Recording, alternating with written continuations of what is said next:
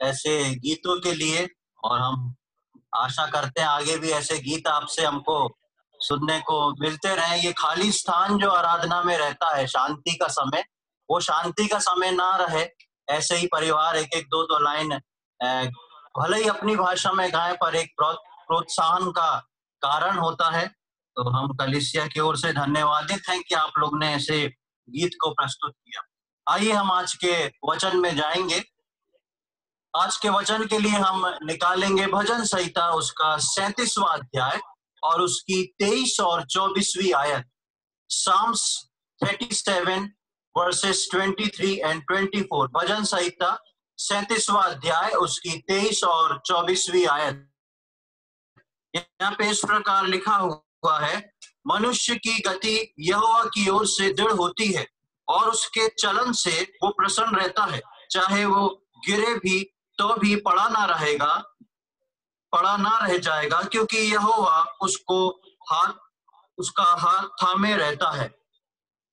परमेश्वर का वचन एक विश्वासी के लिए, परमेश्वर के जन के लिए, एक धर्मी जन के लिए बहुत ही सुंदर बात को यहाँ पर बताता है कि मनुष्य की जो गति है, मनुष्य का जो चलन है, विश्वासी मनुष्य जिस चाल से, जिस आत्मिक चाल से अपने जीवन में चलता है, वो ऑलरेडी परमेश्वर की ओर से निर्धारित की हुई रहती है। और परमेश्वर चाहता है कि एक विश्वासी जो है उस चाल में चले जो परमेश्वर ने उसके लिए निर्धारित कर रखी है। लेकिन मनुष्य होने के नाते मनुष्य के लिए ये बात संभव नहीं होती, क्योंकि वो इस संसार में अपने जीवन को व्यतीत करता है, उस संसार में जहां पर शैतान का कब्जा है। और इसलिए ये प्राय अक्सर उसके जीवन में होता है कि उस चलन से, उस चाल जो परमेश्वर ने उसके लिए रखी है, उससे कई बार भी वो गिर भी पड़ता है। लेकिन परमेश्वर का वचन बहुत ही सुंदर तरीके से इस बात को बताता है 24वीं आयत में कि मनुष्य यदि गिर भी पड़े, चाहे वो गिरे तो भी पड़ा ना रहेगा, क्योंकि यहोवा उसका हाथ थामे रहता है।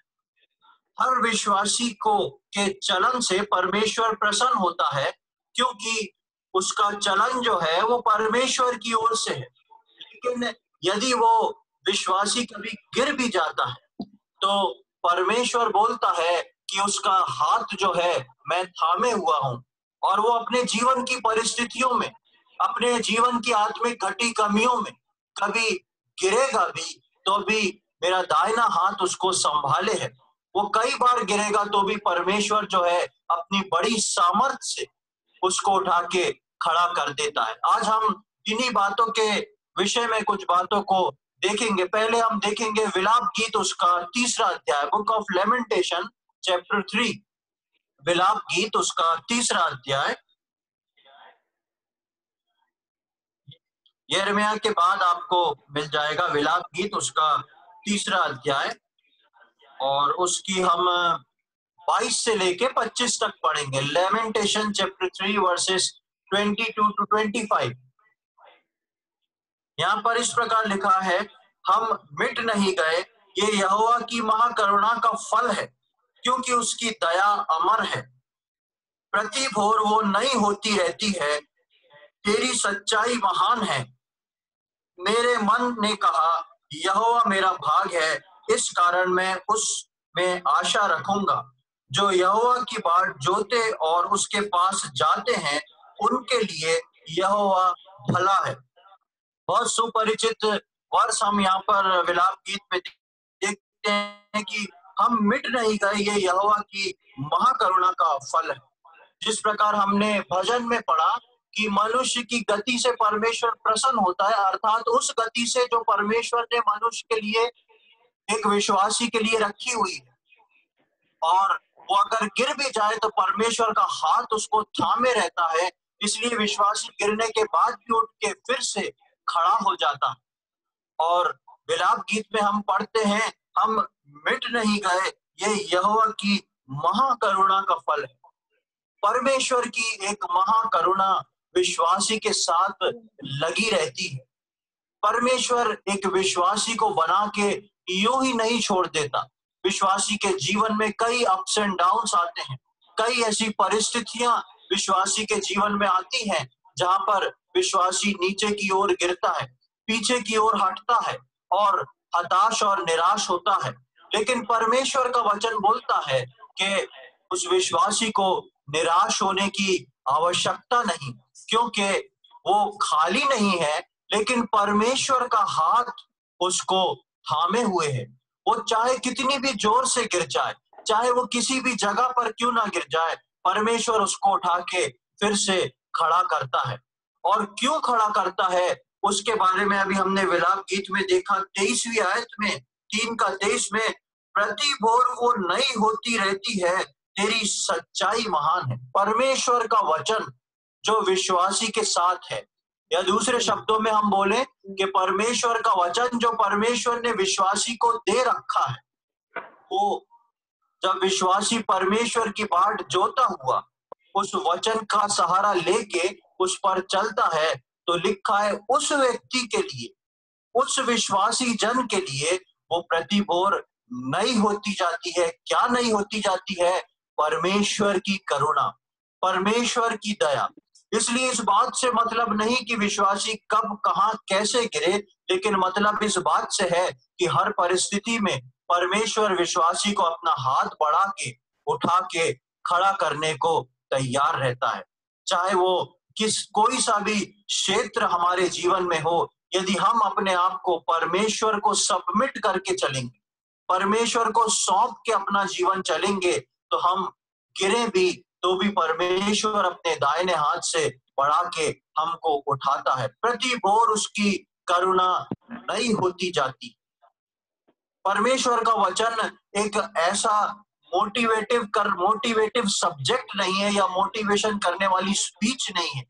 परमेश्वर के जन जो परमेश्वर के वचन से जब कुछ बात को बताते हैं, तो वो एक मोटिवेशन स्पीच नहीं है, वो जो है जीवित वचन है, जो नई ताजगी से विश्वासी को बना के खड़ा कर देता है, दोबारा से नए विश्वासी को तरोताजा कर देता है। और चाहे वो गिर क्यों भी ना जाए, अपनी कोई सी भी परिस्थिति में परमेश्वर उसको उठा के फिर से खड़ा कर देता है। हम परमेश्वर के वचन में से ऐसे ही परमेश्वर के एक जन के बारे में आज कुछ बात से मनन करेंगे, जो कि परमेश्वर का एक अव्वल नंबर का, पहले नंबर का एक चुना हुआ व्यक्ति था। और पूरे परमेश्वर के वचन में उसका एक बड़ा बोलबाला है, एक बड़ा व्यक्तित्व, एक बड़ा भविष्यवक्ता है। और कैसे उसके जीवन में एक झुकाव का या गिरावट की बात आई और परमेश्वर ने उसके जीवन को किस प्रकार हैंडल किया, आज हम उसके जीवन को देखते हुए इस उदाहरण को देखेंगे और सीखेंगे। मेरे साथ निकालें पहला राजा उसका 17वां अध्याय, 1 किंग्स चैप्टर 17, पहला राजा उसका 17 अध्याय।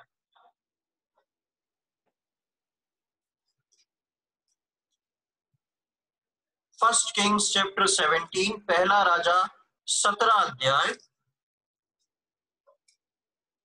और उसकी पहली आयत को हम पढ़ेंगे। First Kings chapter 17 verse 1। यहां पर इस प्रकार लिखा है, तिशबी एलिया जो गिलाद के परदेशियों में से था, उसने अहाब से कहा, इज़राइल का परमेश्वर यहोवा जिसके सम्मुख मैं उपस्थित रहता हूं, उसके जीवन की शपथ इन वर्षों में मेरे बिना कहे ना तो मैं बरसेगा और ना ओस पड़ेगी। हम सब काफी कुछ एलिया के बारे में जानते हैं और कई बार पढ़ चुके हैं।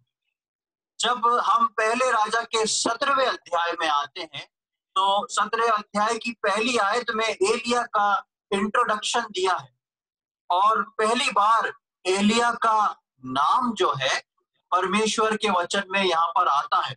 और ये एक ऐसा परफेक्ट इंट्रोडक्शन था जो कि एलिया के नाम समेत उसकी पोजीशन और उसके कार्य तीनों को एक ही वर्ष में बताया गया है। पहली आयत में जहां एलिया का इंट्रोडक्शन है, वहीं पर उसकी पोजीशन और उसके कार्य तीनों को बता दिया गया। ऐसा एक ही वर्ष में बहुत ही कम, रेयर जो है बाइबल में किसी का इंट्रोडक्शन मिलता है। ये अपने आप में एलिया जो था, एक परमेश्वर में एक बहुमूल्य पात्र, एक बहुत ही बड़ा भविष्यवक्ता था जिसको हम सब अच्छे से जानते हैं। हम जब इस पहली आयत को पढ़ते हैं तो इसको गौर से देखें कि वहां पे क्या लिखा है। तिशबी एलिया जो गिलाद के परदेशियों में से था, उसने आहाब से कहा, इज़राइल का परमेश्वर यहोवा जिसके सम्मुख मैं उपस्थित रहता हूं। पहले हम एलिया का छोटा सा इंट्रोडक्शन एक लाइन में देखते हैं। दूसरा, हम एलिया की पोजीशन को देखते हैं।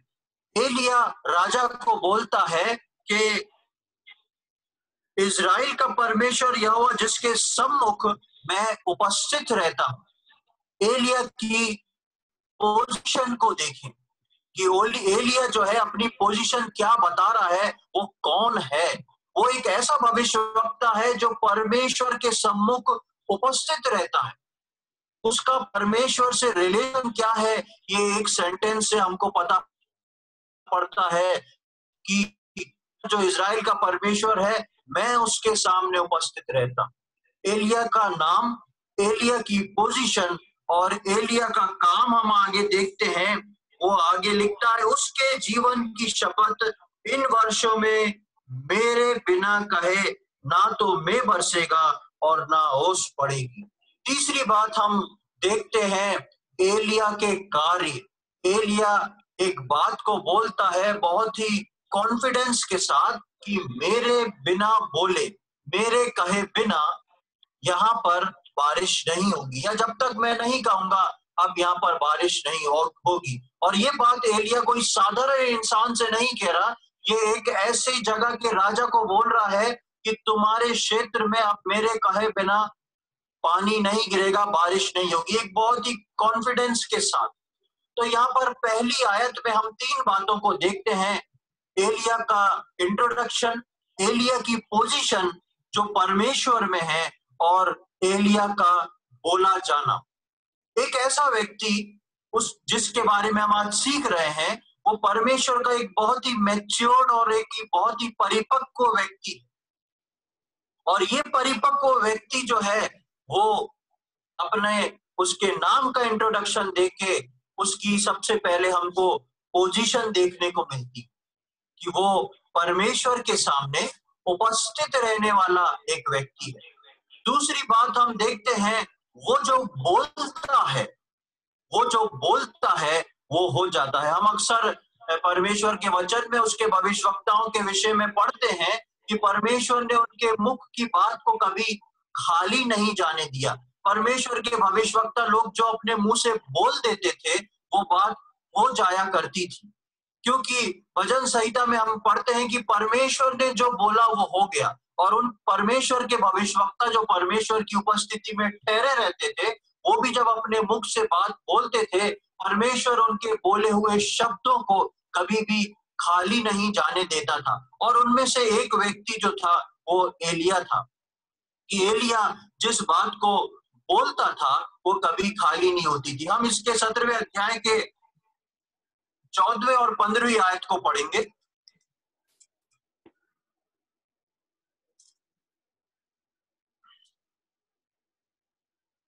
यहाँ पर एक दूसरा भाग है, यहाँ लिखा है, क्योंकि इज़राइल का परमेश्वर यहोवा यूं कहता है कि जब तक यहोवा भूमि पर मेघ ना बरसाएगा, तब तक ना तो उस घड़े का मैदा समाप्त होगा और ना उस कुप्पी का तेल घटेगा। तब वो चली गई और एलिया के वचन के अनुसार किया। तब से वो और स्त्री और उसका घराना बहुत दिन तक खाते रहे।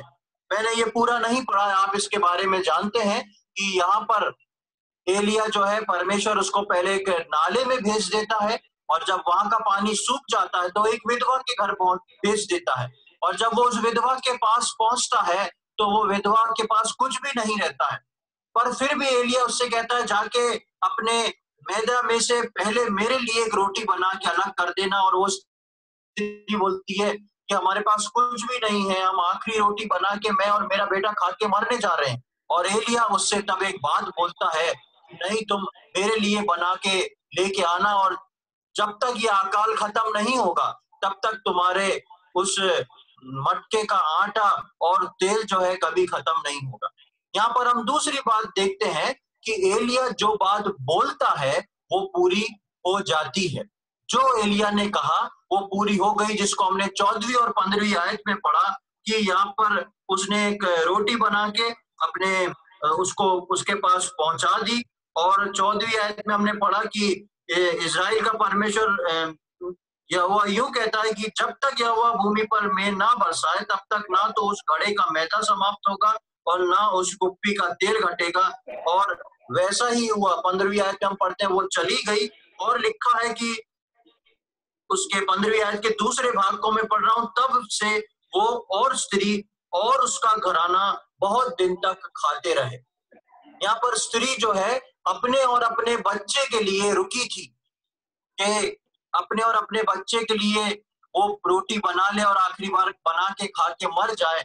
लेकिन जब एलिया की बात को सुना तो परमेश्वर ने एलिया की बात को पूरा किया। एलिया ने जो बोला था उससे बढ़कर हुआ, और न केवल उस स्त्री और उसके बच्चे ने उस तेल और आटे का उपयोग किया, लेकिन लिखा है वो अपने घराने समेत, उसका पूरा खानदान, उसका पूरा घराना उसके घर में रह के खाता पीता रहा, और उसका वो खत्म नहीं हुआ। तो दूसरी बात भी हम देखते हैं कि एलिया जो बोलता था वो बात हो जाती थी। 17वें अध्याय की 22वीं आयत में जब हम आते हैं, 17वें अध्याय की 22वीं आयत में आगे चल के इस स्त्री का जो बेटा है, इस विधवा का जो बेटा है वो मर जाता है, और एलिया जाके उसके लिए प्रार्थना करता है। और 22वीं आयत में हम 17 के 22 में हम पढ़ते हैं, एलिया की ये बात यहोवा ने सुन ली और बालक का प्राण उसमें फिर आ गया और वो जी उठा। तीसरी बात हम देखते हैं कि एलिया वो व्यक्ति था जो मुर्दे को जिंदा कर देता था अपनी प्रार्थना से। पहली बात हमने सीखी कि एलिया परमेश्वर की उपस्थिति में खड़े होने वाला एक व्यक्ति था। दूसरी बात हमने देखी, एलिया जो बोलता था वो हो जाता था। तीसरी बात हमने देखी कि 17वें अध्याय की 22वीं आयत में कि एलिया जो है एक मृतक को अपनी प्रार्थना से जिंदा करने वाला भविष्यवक्ता था। चौथी बात को हम देखेंगे 18वें अध्याय में उसका 41वीं आयत, 18वां अध्याय उसकी 41वीं आयत, पहला राजा 18 और वर्ष 41। फिर एलिया ने आपसे कहा उठकर खा पी, क्योंकि भारी वर्षा की सनसनाहट सुन पड़ती है। और उसकी 45वीं आयत भी, थोड़ी ही देर में आकाश वायु से उड़ाई हुई घटाओं और आंधी से काला हो गया और भारी वर्षा होने लगी, और अहाब सवार होकर यिज्रेल को चला। चौथी बात हम यहाँ पर देखते हैं कि एलिया जो था वो एक प्रार्थना करने वाला व्यक्ति था, और एक ऐसी असरदार प्रार्थना कि जब एलिया ने पहले प्रार्थना करी तो बारिश रुक गई। और एलिया अब जब 18 के 31, 41 और 45 में हम पढ़ते हैं कि एलिया प्रार्थना करता है, आपको बोलता है, और हम देखते हैं 45वीं आयत में कि एलिया ने प्रार्थना करी और बारिश शुरू हुई। तो चौथी बात हमको देखने को और सीखने को मिलती है कि एलिया जो था एक मजबूत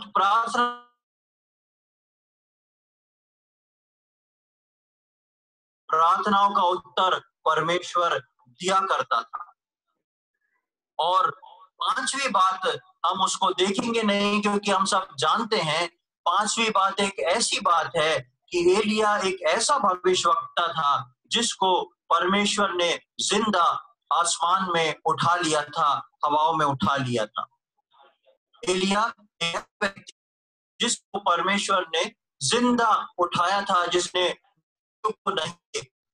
एलिया के बारे में जब देखते हैं, सीख रहे हैं, तो हमको समझने को मिलता है कि एलिया एक बहुत ही मजबूत व्यक्ति था। वो व्यक्ति जिसकी पोजीशन तो जो थी वो परमेश्वर के सामने उपस्थित रहने की थी। दूसरी बात हमने देखी कि एलिया जो बोलता था वो हो जाता था। तीसरी बात हमने देखी कि एलिया अपनी प्रार्थना से मृतक को जिंदा करने की ताकत रखता था। और चौथी बात हमने देखी कि एलिया एक प्रार्थना पुरुष था। जब वो प्रार्थना परमेश्वर से करता था, वो बात हो जाती थी। और पांचवी बात हमने देखी कि एलिया जो था वो पर एक ऐसा व्यक्ति था जिसको परमेश्वर ने मृत्यु को नहीं दिखाया, परमेश्वर ने उसको ऐसा का ऐसी जीवित ऊपर उठा लिया। जब हम एलिया के बारे में पढ़ते हैं तो हमको एक सरगर्मी आ जाती है। हमको लगता है कैसा मजबूत और कैसा मैच्योर प्रभु का दास है, हमारे जीवन भी इसके समान हो जाना चाहिए। लेकिन प्रियो, एलिया के जीवन में भी एक घटना ऐसी घटी जो कि विश्वासियों को सीखने के लिए बहुत ही आवश्यक है। हम सब जानते हैं कि जब एलिया की ये सारी बातें पूरी हुई और जब हम 19वें अध्याय में आते हैं तो उसके जीवन में कुछ घटना घटती है। और उसके जीवन में क्या घटना घटती हम देखेंगे। 19वां अध्याय उसकी पहली आयत से लेके चौथी आयत तक हम पढ़ेंगे।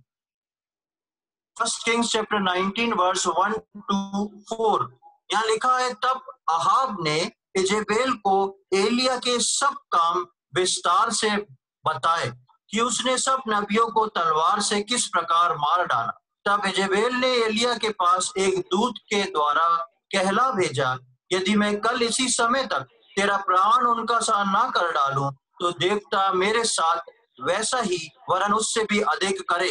ये देख एलिया अपना प्राण लेकर भागा और यहूदा के बेरशबा को पहुंचकर अपने सेवक को वहीं छोड़ दिया। परंतु वो स्वयं जंगल में एक मार्ग पर जाकर एक झाऊ के पेड़ के तले बैठ गया। वहां उसने ये कहकर अपनी मृत्यु मांगी, हे यहोवा, बस है, अब मेरा प्राण ले, क्योंकि मैं अपने पुरखाओं से अच्छा नहीं हूं। हम सब इस बात को जानते हैं कि एलिया के जीवन में यहाँ पर क्या घटना घटी। अब तक हम एलिया को बहुत ही ऊंचाइयों पे देखते हैं। वो बोल रहा है बारिश रुक जाए तो बारिश रुक गई, वो बोल रहा है बारिश हो जाए तो बारिश हो गई, वो बोल रहा है तुम्हारा आटा और तेल खत्म नहीं होगा तो नहीं हो रहा, पूरा खानदान उसमें से खा रहा है। वो प्रार्थना कर रहा है और एक मृतक व्यक्ति जीवित हो जा रहा है। वो प्रार्थना कर रहा है तो वापस वर्षा आ जा रही है। हम एक अद्भुत ऊंचाइयों पे एलिया को देखते हैं। लेकिन जैसे ही 19वीं अध्याय में आते हैं, हम एकदम से एक डाउनफॉल हम एलिया के जीवन में देखते हैं। और क्या देखते हैं कि अहाब जो है वो इजेबेल को इन सारी चीजों के बारे में बताता है।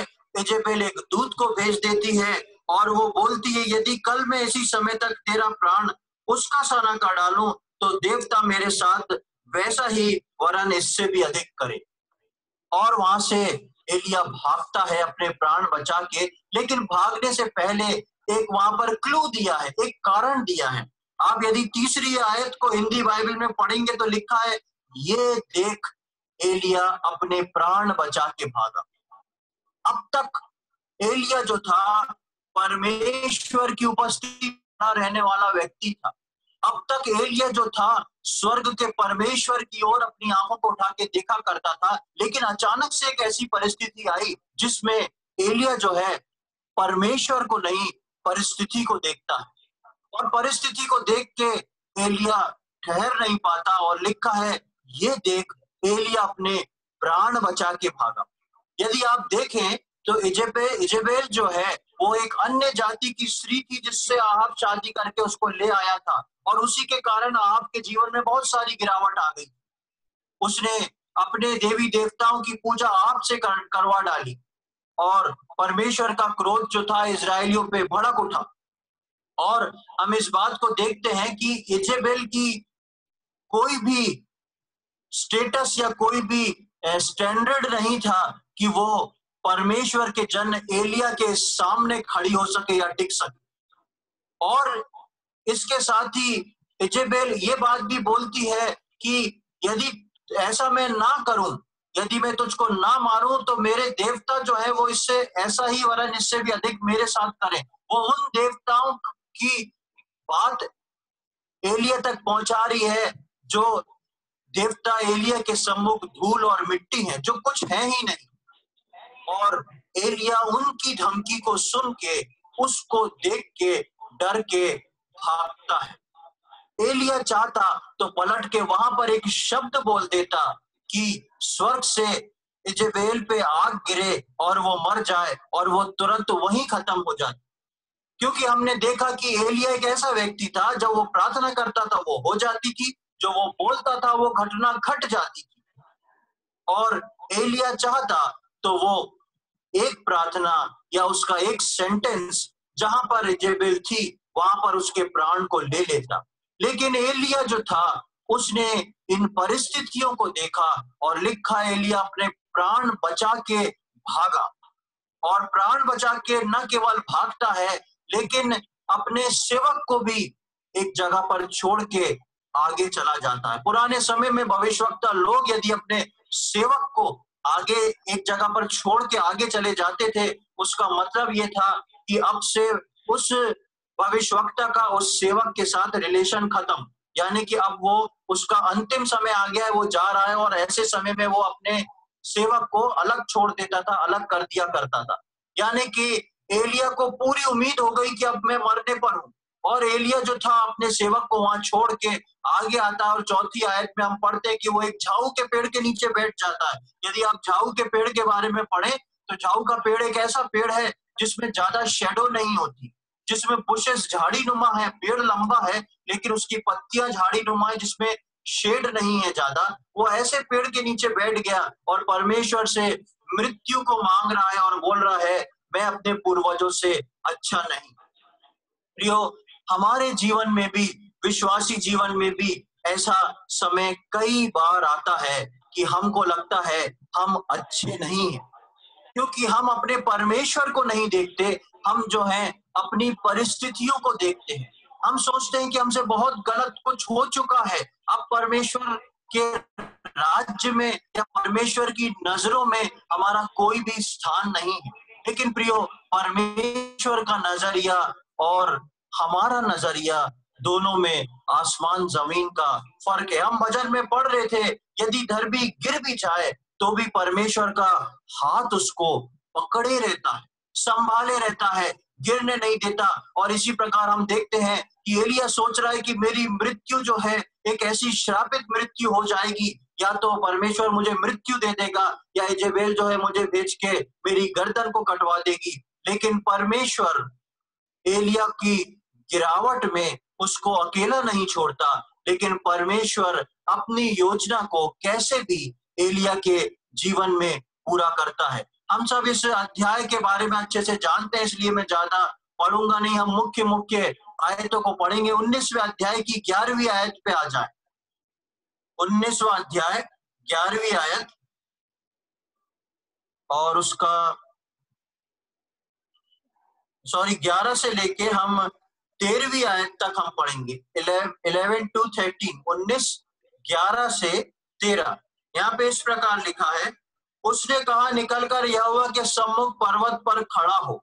और यहोवा पास से होकर चला, और यहोवा के सामने एक बड़ी प्रचंड आंधी से पहाड़ फटने और चट्टान टूटने लगी, तो भी यहोवा उस आंधी में ना था। फिर आंधी के बाद भूकंप हुआ, तो भी यहोवा उस भूकंप में ना था। फिर भूकंप के बाद आग दिखाई दी, तो भी यहोवा उस आग में ना था। फिर आग के बाद एक दबा हुआ धीमा शब्द सुनाई दिया। ये सुनते ही एलिया ने अपना मुंह चादर से ढांपा और बाहर जाकर गुफा के द्वार पर खड़ा हुआ। फिर एक शब्द उसे सुनाई दिया, हे एलिया, तेरा यहाँ क्या काम?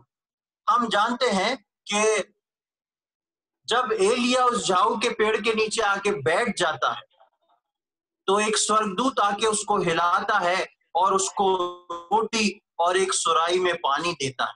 और फिर से आके एक स्वर्गदूत उसको हिलाता है, फिर से रोटी और पानी देता है, और एक बड़ी यात्रा में जाना रहता है उसको बताया जाता है। और वो रोटी और पानी के बल पे एलिया 40 दिन और 40 रात तक चलता रहता है। और चल के वो एक पर्वत पर पहुंच जाता है, और उस पर्वत पर पहुंचने के बाद हमने 11वीं आयत से 13वीं आयत पर देखा परमेश्वर का क्या कन्वर्सेशन जो है वो एलिया के साथ हो रहा है। परमेश्वर सबसे पहले उसको उस अवस्था में पूछता नहीं झाऊ के पेड़ के नीचे कि एलिया क्या बात है, तुम क्यों भाग रहे हो, तुम किससे डर रहे हो।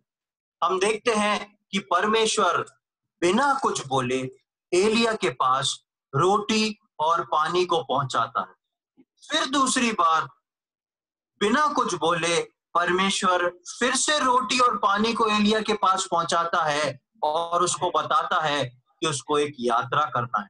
प्रियो, मैं और आप जब अपने जीवन में ऐसी परिस्थितियों से गुजरते हैं तो कभी भी हम निराश ना होए। परमेश्वर वो परमेश्वर नहीं जो हमको छोड़ के अलग चला जाए।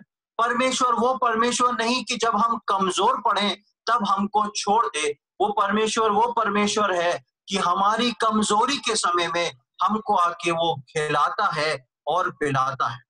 उसके बाद हम देखते हैं कि एलिया जो है 40 दिन 40 रात चल के जब पहुंचता है तो उसको एक आज्ञा मिलती है जो हम 11वीं आयत में पढ़ते हैं। उसने कहा, निकल कर यहोवा के सम्मुख पर्वत पर खड़ा हो। दूसरी बात हमको सीखने को मिलती है कि एलिया जो अहाब और इजेबेल से भागा है वो अपना मुंह छुपा के जंगल में छुप के रह रहा है, लेकिन परमेश्वर अपने विश्वासी जन को कभी भी मुंह छुपा के रहने नहीं देता। परमेश्वर उसको वहां से बाहर निकालता है और उससे क्या बोलता है कि ऊपर चढ़ के पहाड़ पे आ और यहोवा के सम्मुख पर्वत पर खड़ा हो जा।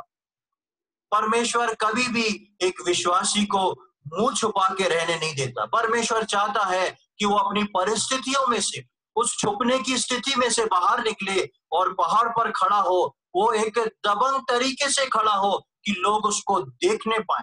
परमेश्वर का जन एक ऐसा जन हो कि वो दूसरों का सामना करना सीखे, दूसरों को परमेश्वर के वचन के द्वारा जवाब देना सीखे। इसलिए परमेश्वर सबसे पहले उसको खिलाता है, पिलाता है और जहां पर लेके आता है परमेश्वर उससे कहता है, उठकर पर्वत पे खड़े हो सामने। तुमको जंगल में छुपने की आवश्यकता नहीं है, तुम परमेश्वर की उपस्थिति में खड़े होने वाले एक भविष्यवक्ता हो। तुम्हारी आशीष लोगों को मुंह दिखाने में है, अपनी मुंह छुपाने में नहीं। और यही आशीष परमेश्वर ने हर एक विश्वासी के जीवन में रखी है। मेरी और आपकी आशीष लोगों से मुंह छुपाने में नहीं, लेकिन मेरी और आपकी आशीष अपना मुंह परमेश्वर के वचन और आशीष को लेके लोगों के सम्मुख दिखाने में होती है। दूसरी बात हम देखते हैं, जब परमेश्वर उसको पहाड़ पे खड़ा कर देता है तो वहां 3 घटना घटती है। क्या घटना घटती है? हम 11वीं आयत के दूसरे भाग से पढ़ते हैं। और यहोवा पास से होकर चला और यहोवा के सामने एक प्रचंड आंधी से पहाड़ फटने, चट्टान टूटने लगी, तो भी यहोवा उस आंधी में था। 3 घटनाओं को हम यहाँ देखते हैं। लिखा है वो वहां आया पर परमेश्वर उसे दिखा नहीं, परमेश्वर की आवाज उसको सुनाई नहीं दी। लेकिन सबसे पहले एक ऐसी आंधी आके एलिया के सम्मुख से निकल के गई जिससे चट्टानें टूटने लगी, पहाड़ हिल गए। ऐसी भयानक आंधी। और लिखा है तो भी यहोवा उस आंधी में ना था। फिर लिखा है फिर आंधी के बाद भूकंप हुआ तो भी यहोवा उस भूकंप में ना था। फिर भूकंप के बाद आग दिखाई दी तो भी यहोवा इस आग में ना था। अगर परमेश्वर को एलिया से बात करना थी तो उसको 40 दिन चलवा के पहाड़ पे लाके खड़ा करके और फिर ये 3 चीज दिखाने की क्या आवश्यकता थी? एलिया जो था उसके मन में एक बात थी कि मैं अपने पूर्वजों से इतना अच्छा नहीं हूं, मैं परमेश्वर का कार्य जो है अब तक इतना अच्छा नहीं कर पाया हूं और मेरे लिए एक ही चीज सबसे बेस्ट है, वो है मृत्यु। मुझको मृत्यु आ जाए वो सबसे बेस्ट है, ऐसा एलिया बोलता है परमेश्वर से। और ऐसा बोल के परमेश्वर का जन जब आ जाता है और परमेश्वर उसको सामने खड़ा करता है तो हम देखते हैं भयानक आंधी, भयानक भूकंप और आग आता है। लेकिन इन तीनों में एलिया जो है सिर्फ देख रहा है, लेकिन उसको ना कुछ दिखता है ना कुछ सुनाई देता है, क्योंकि लिखा है परमेश्वर उसमें नहीं था। ये 3 चीजें जो हैं 3 मुख्य बात को प्रकट करती हैं। आंधी जो है वो परमेश्वर की ओर से एक विरोध को प्रकट करती है। या आंधी जो है एक बड़े विरोध को प्रकट करती है। भूकंप जो है वो परमेश्वर की ओर से दी हुई सजा या न्याय को प्रकट करता है। और आग जो है वो परख और टेस्टिंग जो है उसको प्रकट करती है। परमेश्वर ने सबसे पहले जो है एलिया के सामने एक बड़ी आंधी को चलाया, जिस आंधी से सब कुछ टूटने लगा, लेकिन परमेश्वर उसमें नहीं था। यानी कि परमेश्वर ने एलिया के विरोध में कोई भी शब्द को नहीं बोला। विरोध परमेश्वर ने दिखाया लेकिन बोला नहीं, और परमेश्वर ने इस बात को एलिया को जताया कि मैं चाहूं तो तेरे विरोध में खड़ा हो सकता हूं, पर मैं तेरे विरोध में नहीं, क्योंकि मैं इस आंधी में नहीं। दूसरी बार हम देखते हैं कि भूकंप आया, और भूकंप आने पर हम देखते हैं कि परमेश्वर के द्वारा दी हुई सजा और न्याय को बताता है। और भूकंप को देख के परमेश्वर ने इस बात को बताया कि मैं चाहूं तो जो गलती तू करके लौटा है, जो डर के भागा है तू, उसकी तेरे को सजा दे दूं या तेरा न्याय करूं, पर मैं ऐसा नहीं कर रहा। तीसरी बार परमेश्वर आग दिखाता है और बोलता है कि मैं चाहूं तो इसमें तुमको परख सकता हूं, जो कार्य तुमने अभी किए हैं, लेकिन मैं तुमको नहीं परखूंगा। लेकिन जब हम 12वीं आयत के दूसरे भाग में आते हैं तो लिखा है, फिर आग के बाद एक दबा हुआ धीमा शब्द सुनाई पड़ा। आग के बाद एक दबा हुआ धीमा शब्द सुनाई दे रहा है, और वो दबा हुआ धीमा शब्द किसका है? हम देखते हैं कि वो दबा हुआ धीमा शब्द जो है परमेश्वर का है। एक दबा हुआ और धीमी आवाज जो है वो प्रेम और नम्रता और दीनता को दिखाता है, धीरज को दिखाता है। इतनी सारी घटनाएं हो गई, भूकंप आ गया, आंधी आ गई जिससे चट्टानें सड़क उठी और आग लग गई, लेकिन परमेश्वर उसमें नहीं था। लेकिन परमेश्वर अपनी विश्वास योग्यता के अनुसार अपने विश्वास योग्य दास के साथ डील करता, और हम देखते हैं कि वहां पर परमेश्वर अपनी धीमी आवाज से एलिया से बात करता है। और हम देखते हैं 13वीं आयत में कि एलिया ये सुनते ही अपना मुंह चादर से ढांपा और बाहर जाकर गुफा के द्वार पर खड़ा हुआ। फिर एक शब्द उसे सुनाई दिया, हे एलिया, तेरा यहाँ क्या काम? जब सब कुछ हो गया, तब धीमी आवाज में परमेश्वर एलिया से बात कर रहा है। परमेश्वर एलिया को डांट नहीं रहा।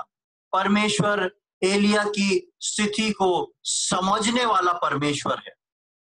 उसकी कमजोरियों को, अचानक से उसका दिल टूट गया, अचानक से वो घबरा गया, उन घबराहट को, उसके टूटे दिल को समझने वाला परमेश्वर आज मेरा और आपका भी परमेश्वर है। आज के समय में बहुत सारी परिस्थितियां हमारे जीवन में ऐसी आती हैं जिसमें हमारा दिल टूट जाता है, जिसमें हमारा दिल घबरा जाता है, जिसमें हमको सूझता नहीं कि हम क्या करें। लेकिन एलिया का परमेश्वर, आज हमारा परमेश्वर, वो जिंदा परमेश्वर है, और आज वो भी मुझसे और आपसे अपने न्याय के अनुसार हमारे विरोध में होके और हमारे को सजा दे के बात नहीं करता, लेकिन आज भी वो मुझसे और आपसे अपनी धीमी आवाज से बात करना जानता है, और यही प्रभु का अनुग्रह है। इसलिए हमने भजन में पढ़ा है कि यदि वो गिर भी जाए तो उसका हाथ परमेश्वर थामे रहता है कि उसको फिर से उठा के वो खड़ा कर दे। प्रियो, आज वो परमेश्वर हमारा परमेश्वर है, और हम 19वें अध्याय की 15वीं आयत में पढ़ते हैं, 15th वर्ष, यहोवा ने उससे कहा, लौटकर दमिश्क के जंगल को जा, वहां पहुंचकर आराम का राजा होने के लिए हजाएल को का, और 16वीं आयत, और इजराइल का राजा होने के लिए निमशी के पोते येहू, और अपने स्थान पर नबी होने के लिए अबे अबेलमोहोल के शापात के पुत्र एलीशा का अभिषेक कर। परमेश्वर उससे कुछ नहीं पूछता, क्या है, क्यों भाग रहे हो, क्यों डर रहे हो, क्या यही तुम्हारा विश्वास है, तुमने ऐसा क्यों किया, तुमको मुझसे प्रार्थना करना थी, कुछ नहीं। परमेश्वर एक धीमी आवाज में पूछता है, हे एलिया, तेरा यहाँ क्या काम? और जब एलिया जवाब देता है, परमेश्वर कहता है, वापस लौट के जा। वापस लौट के जाने को परमेश्वर एलिया को बोलता है और एलिया वापस लौट के जाता है। और हम सब जानते हैं कि परमेश्वर ने जो 3 काम एलिया को दिए वो एलिया करता है। और जब ये तीनों काम एलिया करता है, परमेश्वर उसको आकाश में उठा लेता है। परमेश्वर वापस समझाता है, वापस एलिया को भेजता है, अपने कहे हुए कार्य को पूरा कराता है और एलिया को स्वर्ग में उठा लेता है। प्रियो, मेरे और आपके जीवन में जब जब मैं और आप निराश होते हैं, जब जब मैं और आप गिरते हैं, परमेश्वर अपना दाहिना हाथ बढ़ा के मुझको और आपको थामने में सक्षम है। हम बेशक कितनी भी दूर घबरा के निकल जाएं, परमेश्वर आएगा, हमारा हाथ पकड़ के हमको दोबारा खड़ा करेगा, वापस मुझको और आपको उस कार्य की ओर लेके जाएगा जो कार्य परमेश्वर ने हमारे लिए ठहराया हुआ है। और जिस घड़ी वो कार्य पूरा होगा, परमेश्वर उसको और मुझको और आपको अपने स्वर्ग के राज्य में बुला लेगा। इसलिए हम विलाप गीत में पढ़ते हैं कि हम मिट नहीं गए, ये उसकी बड़ी दया है। एलिया चाहता तो परमेश्वर अपना प्रकोप दिखा देता। वो आंधी जो चट्टानों को तड़का रही थी, वो एलिया को भी उड़ा के गिरा सकती थी। वो भूकंप जो बहुत बड़ा भूडोल था, वो एलिया को भूमि के अंदर समा सकता था। वो आग जो थी वो एलिया को जला सकती थी। लेकिन परमेश्वर ने इन तीनों बातों से उससे बात नहीं करी। परमेश्वर ने एक धीमी आवाज से बात करी। प्रियो, मेरा और आपका परमेश्वर वो प्रेमी परमेश्वर है जो न्याय तो करता है लेकिन अपने बच्चों से प्रेम का व्यवहार भी करता है। हमारे जीवन में कई बार ऐसी परिस्थितियां आती हैं कि हम टूट जाते हैं, हमारा हृदय टूट जाता है, हम जो है किसी पाप में गिर जाते हैं, हम जो है परमेश्वर की आज्ञा को पूरा नहीं कर पाते, या शैतान के द्वारा हमारा दिल परिस्थितियों को देख के घबराता और हमारा विश्वास कमजोर हो जाता है। लेकिन प्रियो, एलिया का परमेश्वर मेरा और आपका परमेश्वर है। वो मुझको और आपको ना कभी छोड़ेगा, ना कभी त्यागेगा। जब वो एलिया का हाथ पकड़ के खड़ा कर सकता है, जब वो एलिया को चट्टान पर खड़ा कर सकता है और सबका सामना करा सकता है, जब वो एलिया से न्याय से नहीं लेकिन धीमी आवाजों से बात कर सकता है, तो वो मुझसे और आपसे भी बात करता है। हम पढ़ते हैं याकूब उसके 5वें अध्याय की 17वीं आयत में, हम सबको वो बहुत अच्छे से मालूम है कि एलिया को देखो, हम भी उसके समान जो है दुख सुख भोगी मनुष्य हैं। वहां लिखा है कि एलिया भी हमारे समान एक दुख सुख भोगी मनुष्य था। एलिया की तुलना मेरे और आपके साथ की हुई है। जब परमेश्वर ने एलिया की सुधि ली, मैं और आप एलिया से बढ़कर हैं, क्योंकि हम परमेश्वर के इकलौते पुत्र के लहू के द्वारा खरीदे हुए लोग हैं। उसके इकलौते पुत्र के लहू की छाप मेरे और आपके ऊपर लगी है। प्रियो, हमारे जीवन में कैसी भी परिस्थिति क्यों ना आए, हम कभी भी निराश ना हो। कोई भी डर गोलियात के समान मेरे और आपके सम्मुख आके खड़ा हो जाए, डरे ना। जीवन की कोई सी भी परिस्थिति आके खड़ी हो जाए, उससे घबराए ना। हम जीवन में कितना भी नीचे गिर जाएं, निराश ना होएं। आपको परमेश्वर फिर से एक और बार उठा के खड़ा कर सकता है।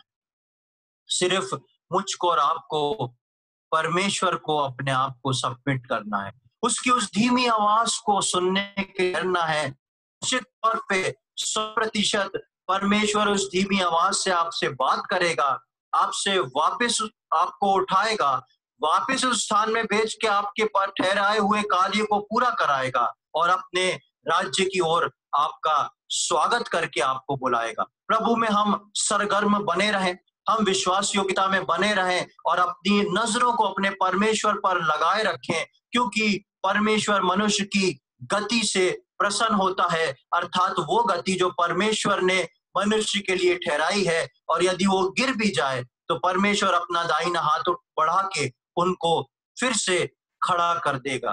परमेश्वर इन वचनों को समझने में हमारी सहायता करे। परमेश्वर के नाम की महिमा हो।